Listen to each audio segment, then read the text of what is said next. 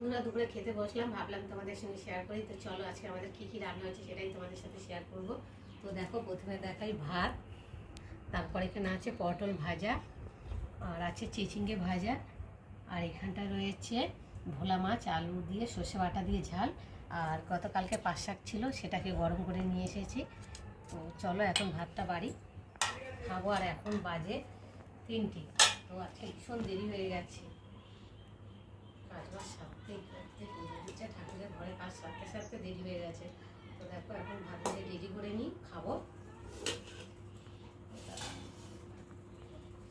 আর ভাত বাড়তে গেলে না আমার একটু না একটু ভাত পড়বেই। তোমাদের দাদাভাই তো আসবে না আজকে, সেই রাত্রেবেলা আসবে, ওই জন্য এমনি আর আমি খাবো, তার জন্য দুজনে ভাত বেড়ে নিই।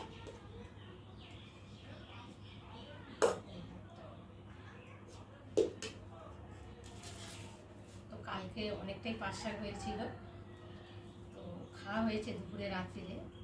রাতে তেমন একটা খাওয়া হয়নি, যদিও মানে রাতের শাক খেতে নেই কথায় বলে, তো তবু একটু খেয়েছিলাম। এখন তো আর কেউ মানে না, সবাই খায়। তো আর একটু ছিল, সকালবেলা 2-3 বার গরম করে নিয়েছি, নিয়ে ভাবলাম খাবো খেতে। আর এখন এই যে পটল ভাজা দিচ্ছি, আর এটা তো চিচিঙ্গে ভাজা। চিচিঙ্গে ভাজা খেতে তো আমার ভীষণ ভালো লাগে। তোমাদের কাদের ভালো লাগে চিচিঙ্গে ভাজা আমাকে জানিয়ে। একেবারে সব রেডি করে বেড়ে মুড়ে নিই, কেননা খেতে বসলে আর এক হাত থেকে আর এক হাতে তো দেওয়া যায় না। পাঁচ সাতটা পরে নিয়ে নেবো, আর এখন তরকারিটাকে বেড়ে নিই। মাছের ঝোল দেখো এখানে পোয়া ভোলা মাছ বলে না, সেই ভোলা মাছ। ভোলা মাছ তো অনেক রকমেরই হয়, তাই না? এই ভোলা মাছটা খেতে ভীষণ স্বাদ, লম্বা ভোলা যাকে বলে। দেখো তরকারিটাও হয়েছে খুব সুন্দর খেতে, আর সর্ষে বাটা দিলে নোনা মাছ খেতে ভালো লাগে যে কোনো, তাই না বলো বন্ধুরা? তো চলো এখন খেতে বসি, আবার তোমাদের সঙ্গে দেখা। বসে বললাম খেতে। তো দেখো প্রথমে পাট শাকটা দিয়ে আগে খাবো। পাট শাকটা দিয়ে খেয়ে দেখি কেমন হয়েছে। পাট শাকটা তো ভীষণ ভালো হয়েছিল কালকে, যেহেতু চিংড়ি মাছ দিয়ে করা হয়েছিল, ওই জন্য খেতে ভীষণ ভালো লেগেছিলো।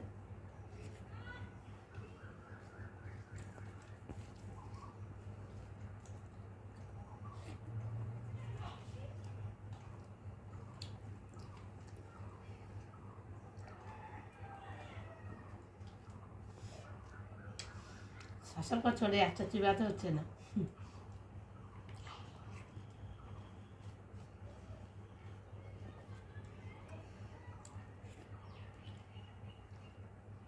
পাট শাক দিয়ে খেয়ে নিলাম। ওখানে দেখো ভোলা মাছ, দেখতে পাচ্ছি ভোলা মাছ দিয়ে, আর খেয়ে চেক করে দেখি কেমন হয়েছে ভোলা মাছের তরকারিটা।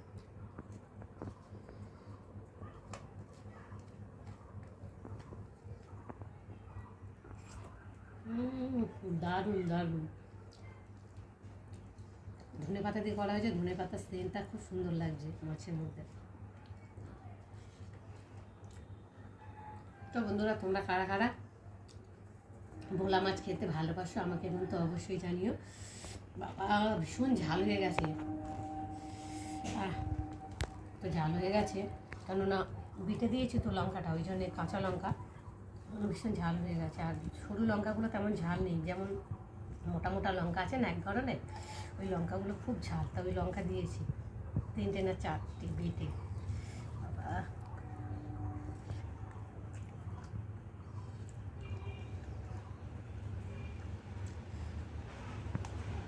তো চলো বন্ধুরা খেয়ে নিই।